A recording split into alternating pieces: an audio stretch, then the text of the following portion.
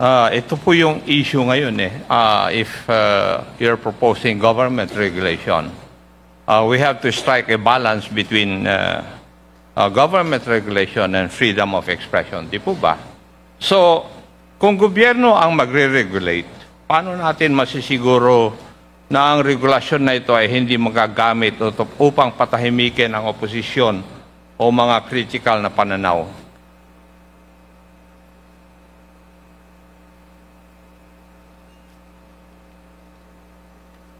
Yun, walang problema eh.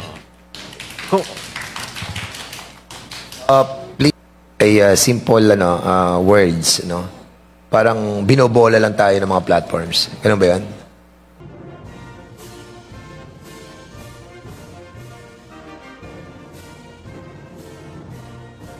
Thank you, Mr. Chair. Gandang umaga po sa ating lahat. May I ask dito, secretaries, ano po sa palagay nyo, sino po ba ang may primordial responsibility ng fact-checking?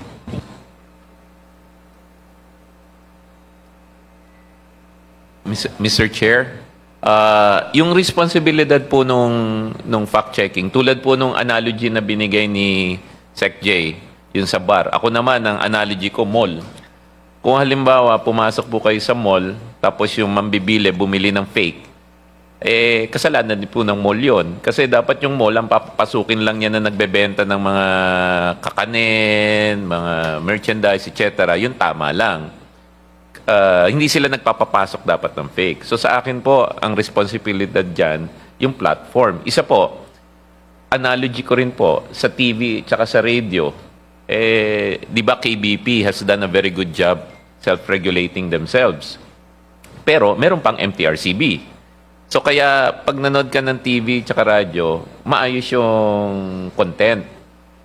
Mas malaki po na yung reach ng ng social media platform times 10, times 20 ng normal broadcast So, Mr. Chair, with due respect to the platforms, dapat sila kasi kumikita po sila ng pera pa sa platform na yan. At saka isa na sila sa mga pinakamayayaman na kumpanya sa mundo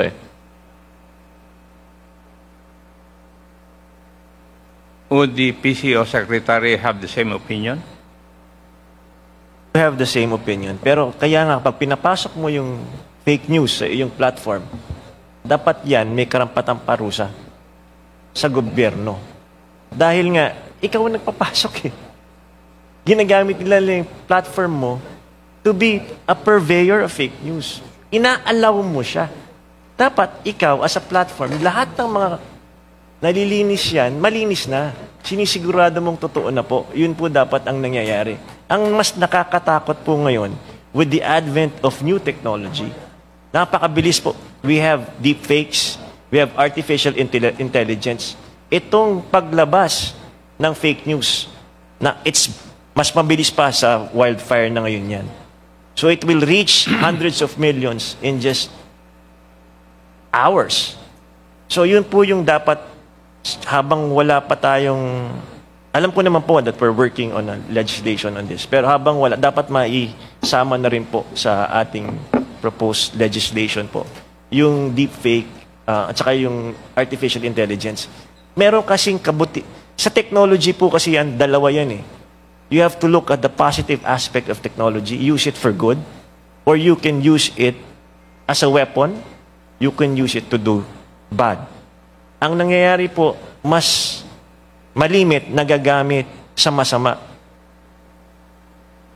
itong mga platform. Kaya kailangan talaga, kahit papano, kung hindi siya content moderation, ma-regulate po natin siya tulad ng ginagawa ng ibang bansa na meron naman pong nakitaan na successful po na legislation laban sa fake news po.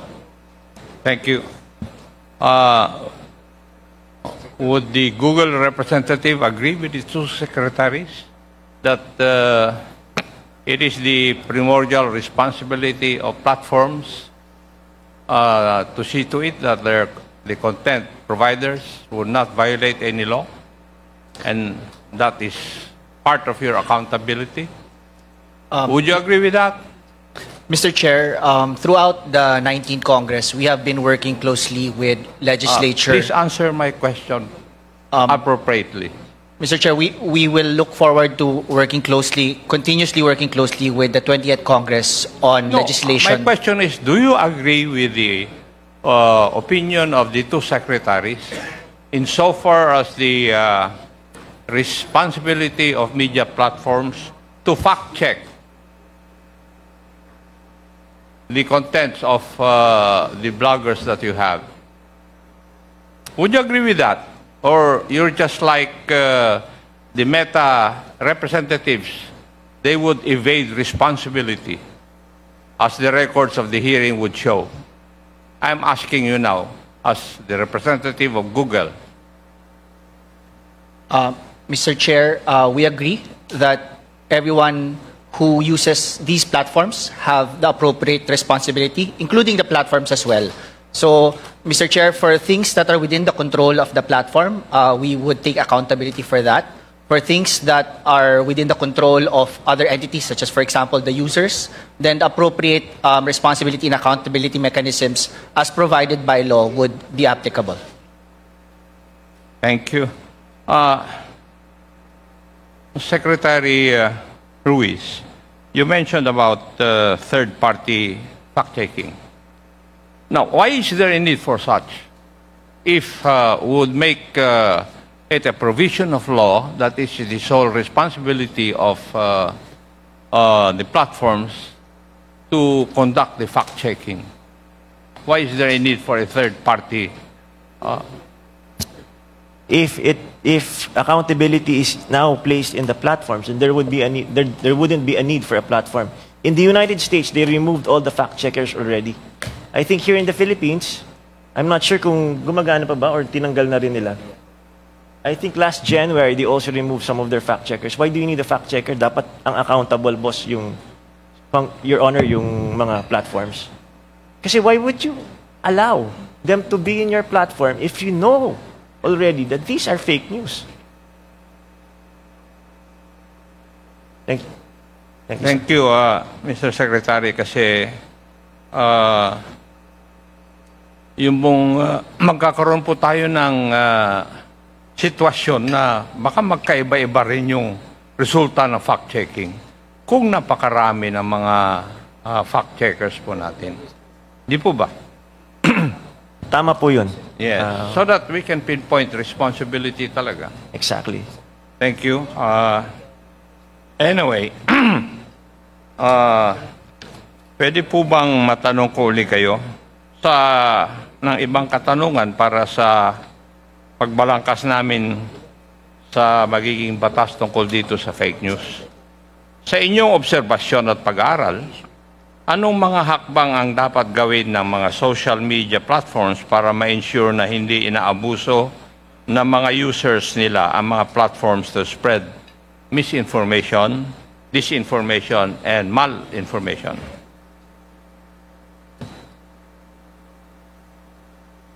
Una po ang kailangan, media and information literacy. Tapos pagka sa kanila mismo, pag nasabihan na po sila na sa amin, ito, flag namin to, fake news to, galing to sa isang government agency, department, agad-agad dapat i-take down. Hindi pa pwede na para ka nagmamakaawa sa kanila para i-take down yung post na alam naman ng lahat na fake news na.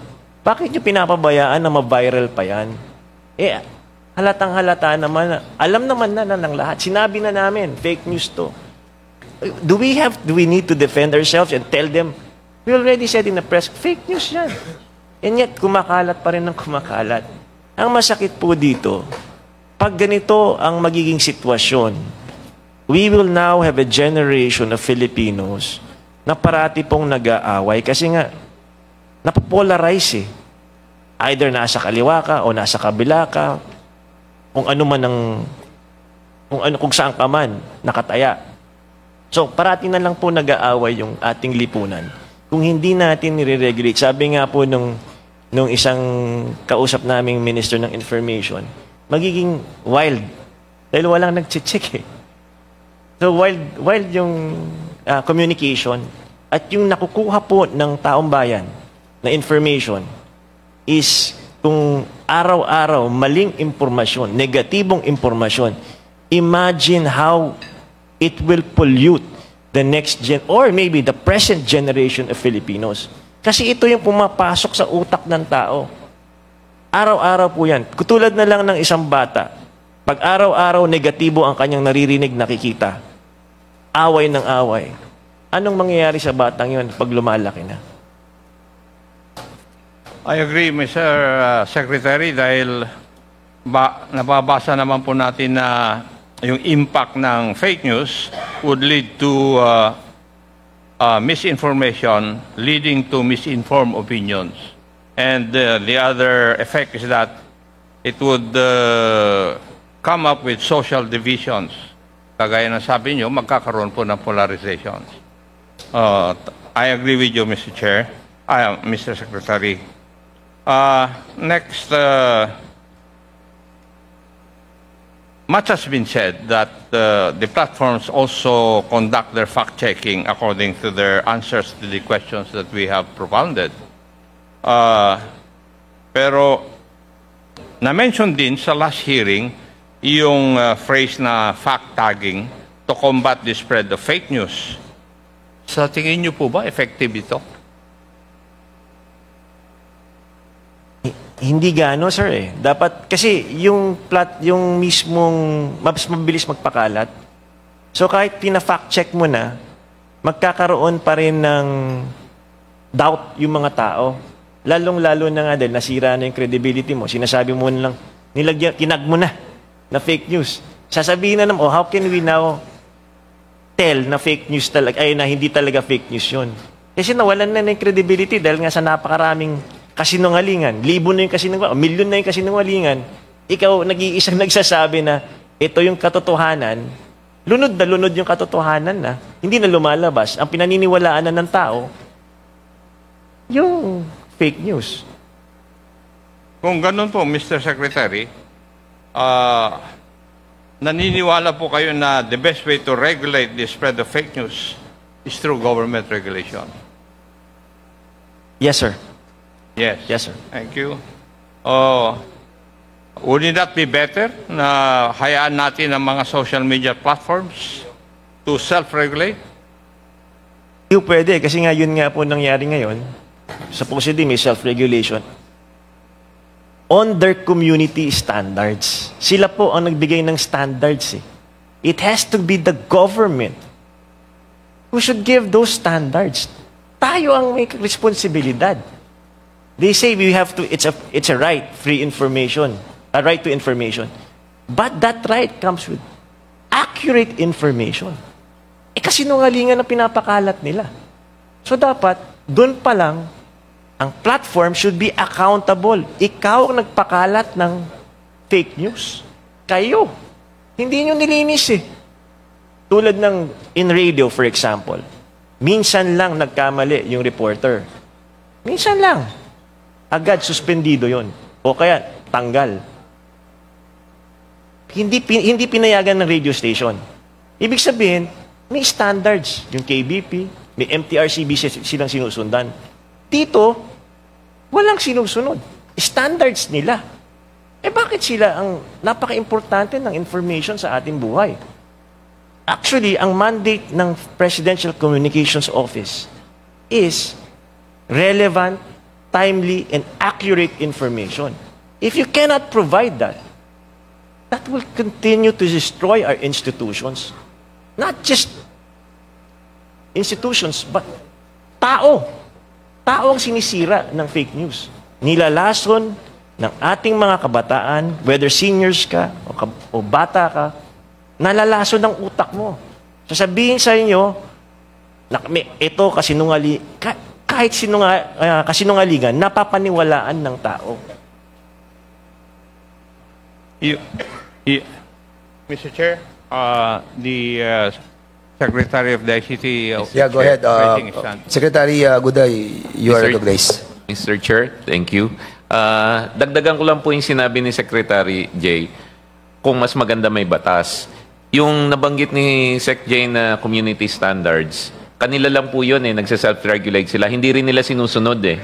We're not asking for special treatment in the Philippines. We just want them to fairly implement their standards. hindi po patas yung pagkaka-implement nila ng standards. So kung sila magse-self-regulate, medyo malabo.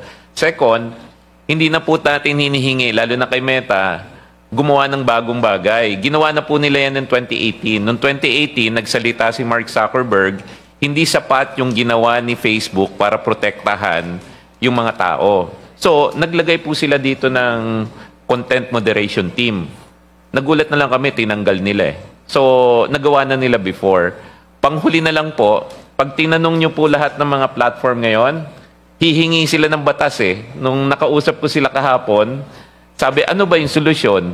Pag tinanong nyo pala sila ngayon, sasabihin nila, they need regulation. They want the government to put up a law to regulate them. So sila mismo, gusto nilang ma-regulate mismo eh. Yun lang po, Mr. Chairman. Thank you. Ito po yung issue ngayon eh. If you're proposing government regulation, we have to strike a balance between government regulation and freedom of expression. Di po ba?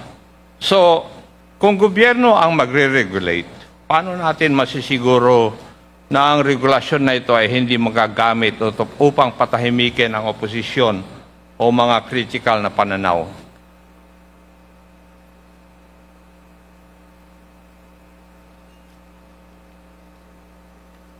Yun, walang problema eh. Kung, Please refrain from clapping or anything in that kind, no? kung opinion naman po, sorry. Otherwise, we'll be asking you to leave these premises. Go ahead, Secretary Ruiz. Sir, if it's just an opinion, it's not fake news, there's no lie, it's okay. That's free. I mean, it's a freedom of expression. Just like TV, you have your opinions. Okay lang po yun. Opinion yun eh. But once it's proven that it's already a lie, they have to be accountable for that. Just like what they do in Singapore. Ang sabi po nung minister nila, una, ipa-flag ka muna. Eh, sasabihan ka, oh, parang may sinasabi na mag-ingat po kayo sa post na to dahil mali or may misinformation. First, second, hanggang tatlo. Pag hindi mo pa binabayan on the third, what do you call that? Na sinabihan ka na. Meron ng po penalty po yun. Tapos ang nangyayari po, they divert you to the right information on that same page. So ganun ang ginagawa po sa Singapore. Sa European services naman, 6% of profit nila tanggal. Pag napatunayan na ikaw ay purveyor ng fake news. Ang binibigyan nilang responsibilidad sa ibang... Ito nga nakakatawa, Your Honor eh. Sa ibang bansa, pumapayag silang magpa-regulate. The question is, why not in our country? For movies, television, radio, we regulate them. We have the MTRCB. Meron tayong KBP. Dito sa atin, wala. Walang isip. Dito nga po, ang nangyayari, akala natin, vloggers, pero paisa-isa lang po yun eh. So dapat, yung platform mismo ang maglinis ng mga lumalabas sa kanilang social media platforms. Sila po ang may responsibility niyan. Or else, may penalties sa platform, hindi sa tao. Thank you, Mr. Secretary. Now, is there anybody from or any resource person present today that would advocate that the social media platforms would regulate themselves? Is there anybody? Any resource person who would advocate? The guy wearing a... From KBP, Your Honor. Can you please state your name and then you are recognized? Attorney Rudolph Steve Hularbal from the KBP. From? KBP, Your Honor. Now you are recognized, please. Your Honor, the KBP has been an advocate of self-regulation. And we believe that any person who would like to exercise his freedom of expression should be allowed to self-regulate. In fact, Your Honor, in your earlier question on who is primarily responsible, our answer is it is the journalist who should exercise self-regulation. The platform is like a gun. It is not the gun that is to be regulated. It is the person who wields and uses the gun. So, social media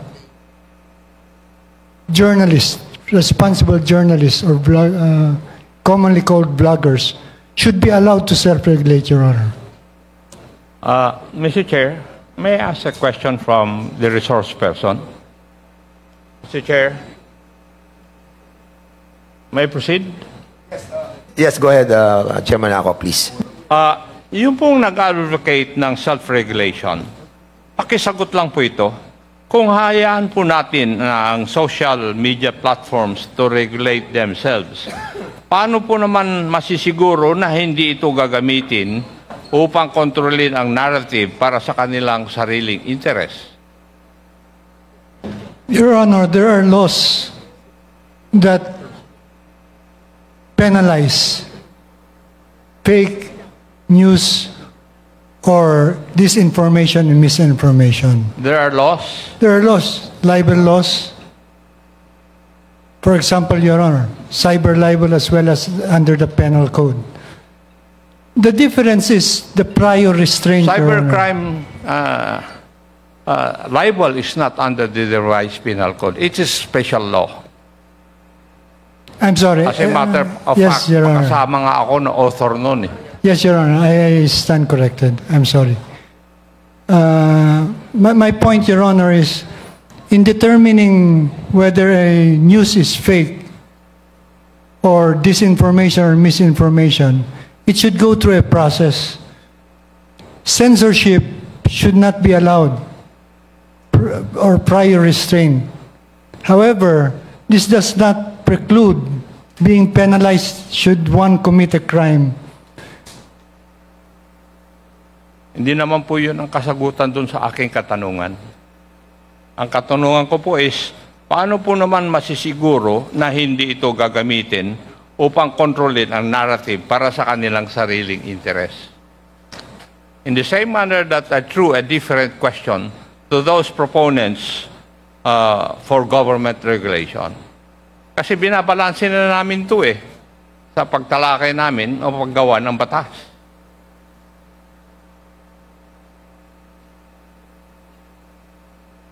Your Honor, there's really, the penalty is post.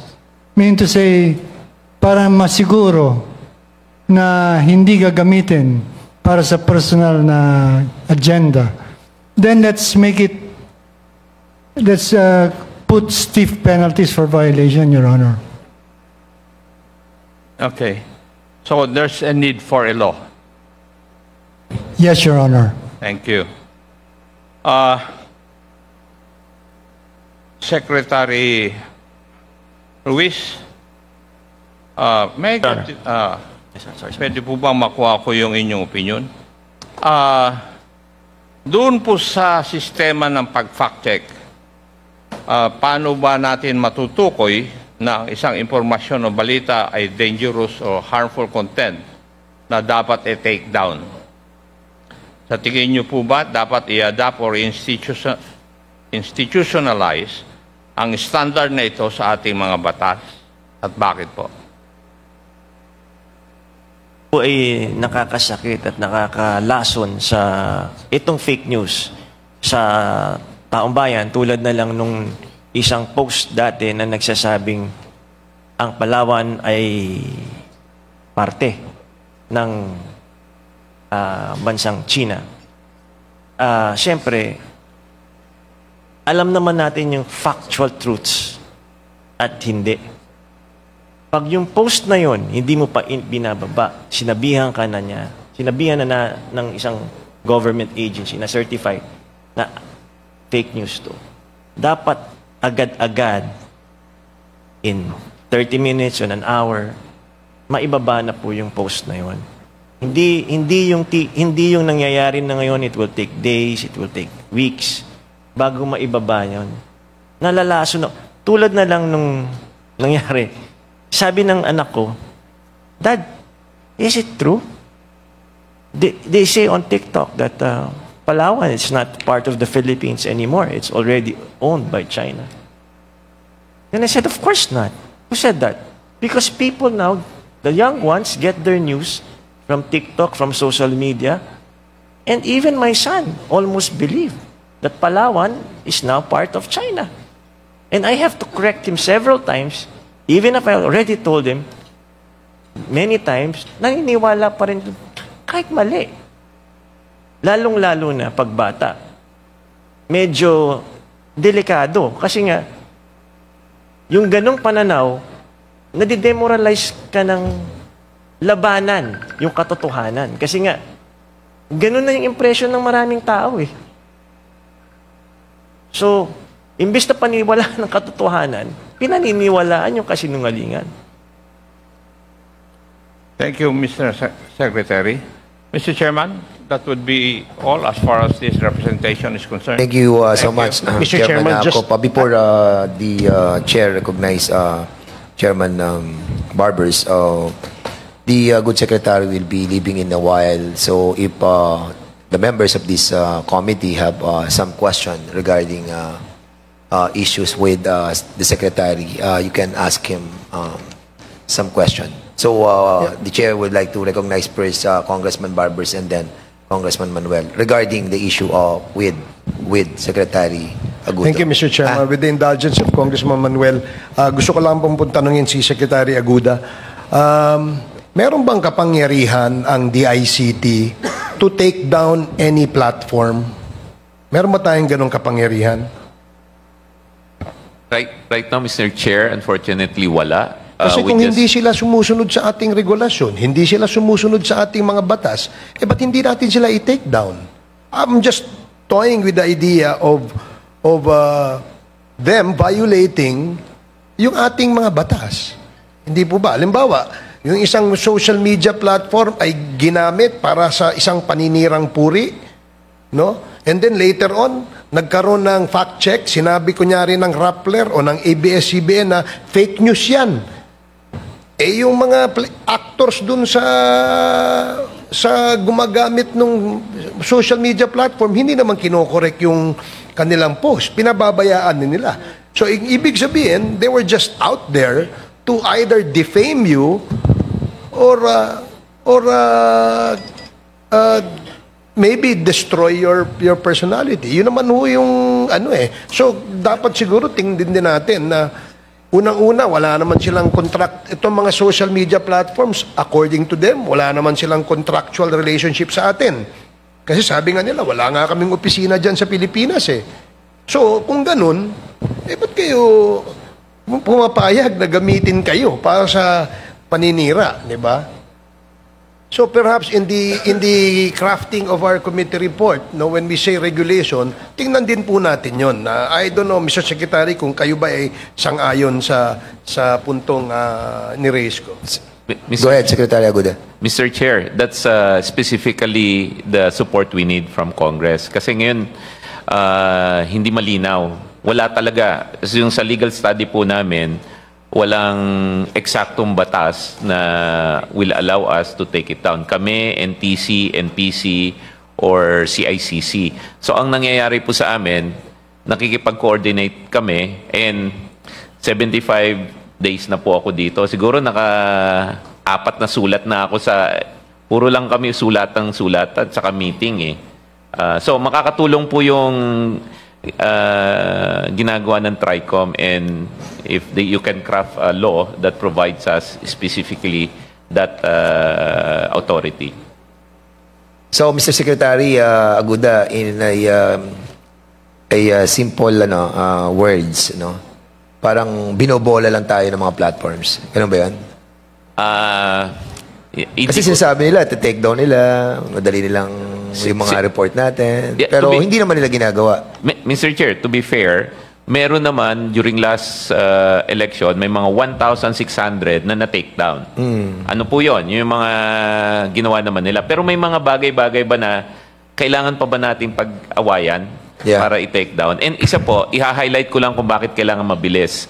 Kasi yung mga platform nagkakaroon ng cross-pollination eh. So mahuli ka lang ng mga 5 minutes sa Meta, nakalipat na siya sa TikTok, nakalipat na siya sa... Ang hirap eh. So, kahit na 5 minutes lang yon viral na. Kung hindi man mag-viral doon sa platform na yon, nakalipat na sa... Hindi pa natin napag-usapan yung Viber, yung WhatsApp. Kumakalat ka agad eh, mabilis. A while ago, you were saying, hindi lang ako nagtanong kasi nga I'm allowing the members to ask question. But meron kasi akong question doon sa sinabi mo kanina about doon sa streamline of other, I don't know if streamline ng platform that they can block it right away. Can you clarify something on this or explore mo yun? Kasi medyo gusto ko lang maintindihan din ng taong bayan na merong ganong klaseng abilidad or kapabilidad ang isang platform na i-take down right away. Di ba? Gaano kabilis yung pagte-take down na yun? Mr. Chair, yung nabanggit ko, streaming platform. Yan Streaming yung mga platform. YouTube, for example, YouTube Live, Facebook Live. Mabilis po yon. Pagka sa algorithm nila, tinitignan nila yung mga nasasabing salita. Tapos take down kaagad. Meron din silang visualization. Pag pangit yung... Pagka dapat i-take down ng porn, mati-take down nila. Mabilis po yon. Yun yung hinihingi natin na gawin nila. Ang sinasabi lang sa amin kasi ng mga platform, kailangan daw i-define sa batas ano ibig sabihin ng fake news. Pag malinaw daw yung definition ng fake news sa batas, iproprogram nila yung sistema nila na immediately mati-take down. So, parang hinihingi nila yung definition mismo. But I think yung sa Google, nandito yan sa Google, no? Ang question natin sa Google, do you have the authority to answer on the query of this committee regarding sa mga takedowns? Kasi I think you're not the right person, no, to decide doon sa mga content na dapat pong alisin. Do you have that kind of authority? Or somebody in the Philippines connected with Google or your platform na magde-decide sa takedowns? Meron bang tao na taga sa inyo na nandito sa Pilipinas? Mr. Chair, meron po mga batas sa Pilipinas. No, I'm asking kung merong personality or tao na magde-decide doon sa mga kino-complain nila ng ating ng government or any other entity, di ba? Pag sinabi nila na ito ay fake news, tapos ni-report sa inyo, who is the person in authority to answer on that takedown? Sino? So Mr. Chair, magbigay lang po ako ng example. So meron po tayong bagong pasa na Internet Transactions Act. Sa batas po na yon, ang mga platforms po ay nire-require to take down content upon the order of the DTI. Ito po yung sa mga commercial content po. So yung mga advertisements, yung mga produkto po. So pag yung DTI po sinabi na i-take down itong counterfeit product, tinitake down, kino-comply po ni Google yon. Same din po tayo sa anti-trafficking in persons na kapag yung content po ay defined as trafficking content, iti-take down din po ni Google yon. Same din po tayo sa expanded online sexual abuse and exploitation of children. Yun po, madaling matanggal yon at nagko-comply po si Google dun sa batas na yon. So, kung meron pong malinaw na batas na nagde-define sa obligasyon po ng mga platforms, including po yung due process requirement, including po yung turnaround times, including po yung mekanismo, yung mga responsibilities po ng platform, nagko-comply po at magko-comply po si Google. Okay. In other words, yung mga complaints ni Secretary Ruiz, ni Secretary ng DICT, ni Aguda, cannot be complied with by your platform. Precisely, wala pang batas na umiiral. Is that what you're trying to tell this committee? Hindi po, Mr. Chair. So meron po sa mga Kasi parang escalations po nabanggit mo mga batas, doon lang kayo nagko-comply doon sa mga takedowns. Unfortunately, wala pang umiiral na batas regarding to the complaints that being lodged by these agencies. So in other words, talagang hindi kayo magko-comply doon sa mga request nila. Correct? Mr. Chair, during especially No, during answer me first, no? Kung tama yung assumption namin that dahil wala po silang batas na pinagbabasihan pa doon sa takedowns, so you will not take it down. Tama, mali? Mr. Chair, yung mga escalations po galing sa CICC. I want to hear a direct answer. Tama ba yung aming assumption that since itong mga agencies natin like sa PCO and the DICT nagko-complain sa inyo and hindi sila nakakakuha ng mga positive result doon sa kanilang mga requests because precisely walang batas na umiiral with regards to their request. Yun yung gusto kong i-point out sa iyo. So, would you agree with me na yun yung inyong pamantayan kaya hindi nyo pinagbibigyan ng request nila? Tama, mali? Tama, mali? Mr. Chair, if I may provide context to the answer. Yeah, you can okay. Bigyan mo sa akin konteksto. I just want to hear if it's right or wrong na kaya hindi nyo binibigyan ng kasagutan yung kanilang request because ang konteksto nyo, yung explanation mo is within that context. Explain it to me after you answer yes or no. Mr. Chair, especially during election period, marami po kaming natanggap na escalations galing sa DICT, CICC, at COMELEC. Marami pong mga escalations ang na-actionan ni Google. Dahil po, nung inassess po namin, either violative ng community guidelines or even violative of the election regulations. So, hindi po totoo na walang aksyon. Marami po kaming na-actionan, especially during the election period. Pwede po nating itanong yan kay COMELEC dahil we have been working closely po with them. Pero, hindi po lahat ng escalations ay maaaring ma-actionan. Dahil nga po, as you mentioned, meron po tayo mga content na hindi naman po siya violative ng community guidelines. Meron din po mga content na while it is wrong or misleading, ay wala pong sufficient basis para po tanggalin. So, to address your answer, sir, we closely coordinate with the government agencies. We closely work with them, and some of the escalated content have been actioned upon. So in other words, ano pa rin talagang bumabaksak pa rin dun sa kanilang self-regulation, not in consonant with the regulation of the PCO and the DICT. That's a problem, no? Nagbabanggaan. They acted, some of it, but others, hindi. But, yun na nga, iba yung self-regulation nila, iba rin yung sa atin. So, we have to set talaga yung parameters with regard to the, ano yung talaga yung dapat na bawal.